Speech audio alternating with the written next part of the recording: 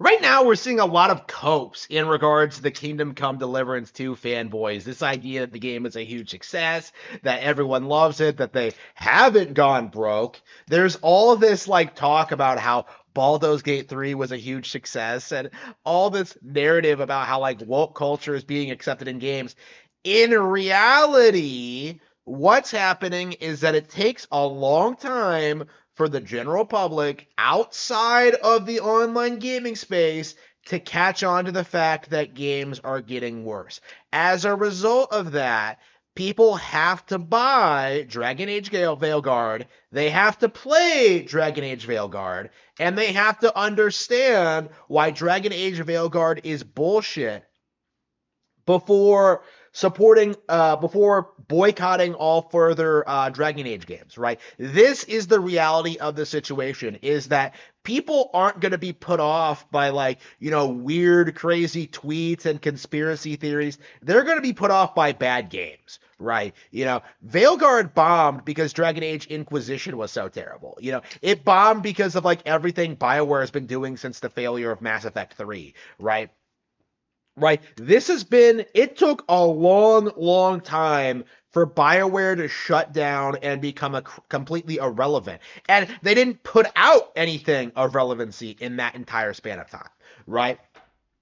This is what we're seeing with most AAA studios right now, is that they have a handful of super relevant AAA franchises that are keeping the lights on and are keeping everyone employed, but outside of that, they are almost completely irrelevant, right? Capcom is Monster Hunter, Square Enix is Final Fantasy, you have like, EA has like the sports ball stuff. Like, you have these big major franchises that are these huge, huge deals that are alienating their core audience because of the woke decisions.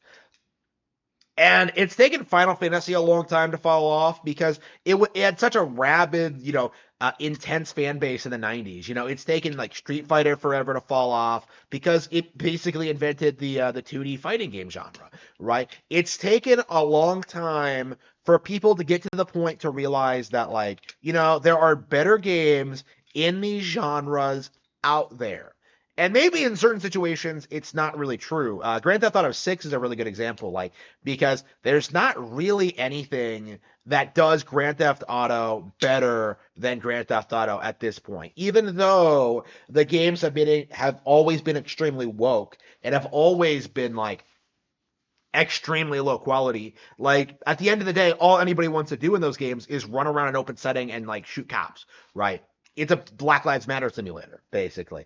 So when you take that into consideration, the instant that there's any real serious competition that like does the same thing but better, these franchises are going to fall off. The JRPG shifted from PlayStation to Nintendo because the PlayStation RPGs were getting increasingly woke, increasingly low quality, increasingly like low, like just unwilling to evolve or do anything, while like Nintendo was producing incredibly red-pilled, amazing RPGs.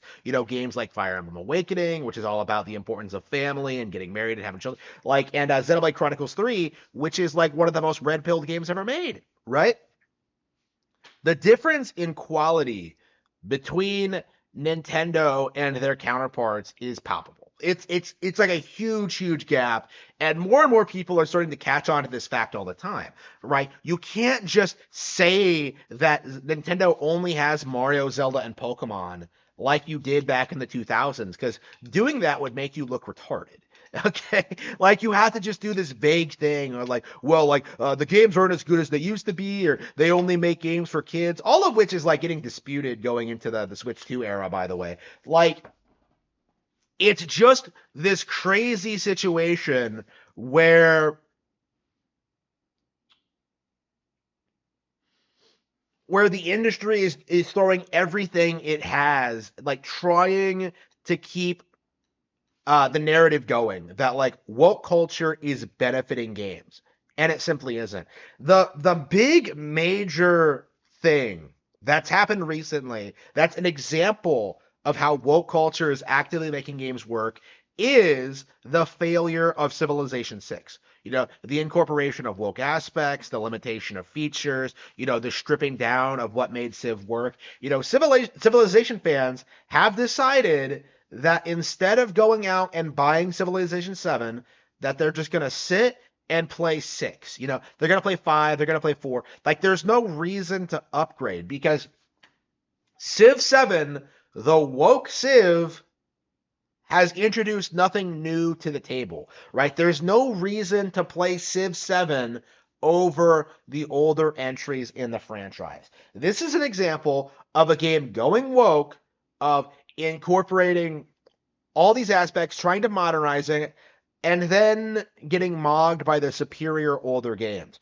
And this is going to be a reoccurring trend going forward. If Nintendo were to go woke, I think this is what would happen almost immediately, is that everybody would just gravitate towards the older non-woke games from the distant past, the days of yore, instead of bothering with the new stuff. And it seems as if Civ fans are in the same camp.